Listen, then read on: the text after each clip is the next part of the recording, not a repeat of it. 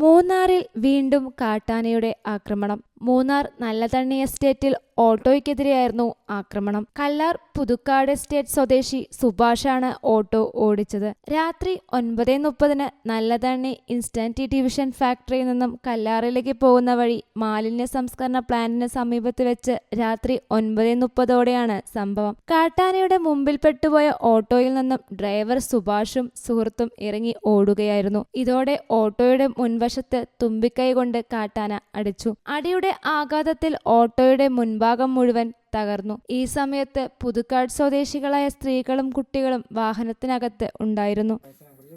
நடையார் north டிவிஷனில் கிட்டத்தட்ட 1 மணி நேரம் ஆச்சு. யானை வந்து ஆர்ஆர்டிக்கு இன்ஃபார்ம் பண்ணியிருக்கு, ஃபாரஸ்ட் டிபார்ட்மெண்ட்டுக்கு இன்ஃபார்ம் பண்ணியிருக்கு, விவித வகுப்புகளுக்கு இன்ஃபார்ம் பண்ணியிருக்கு. இது வரைக்கும் யாருமே வந்து இங்கே வரலை.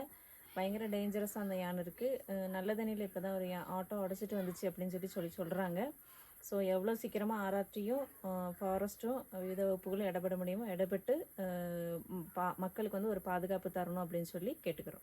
ഓട്ടോയിൽ ഇറങ്ങി ഓടിയവർ നീങ്ങിയ ഭാഗത്തേക്ക് കാട്ടാന പോയതോടെ വാഹനത്തിലുള്ളവർ രക്ഷപ്പെടുകയായിരുന്നു. കഴിഞ്ഞ തിങ്കളാഴ്ച സമാനമായ രീതിയിൽ തന്നെയായിരുന്നു കന്നിമല എസ്റ്റേറ്റിൽ കാട്ടാന ഓട്ടോ ആക്രമിച്ചത്. അന്നത്തെ ആക്രമണത്തിൽ കന്നിമല സ്വദേശി സുരേഷ് കുമാർ മരിച്ചിരുന്നു. News desk യൂടോക്ക്.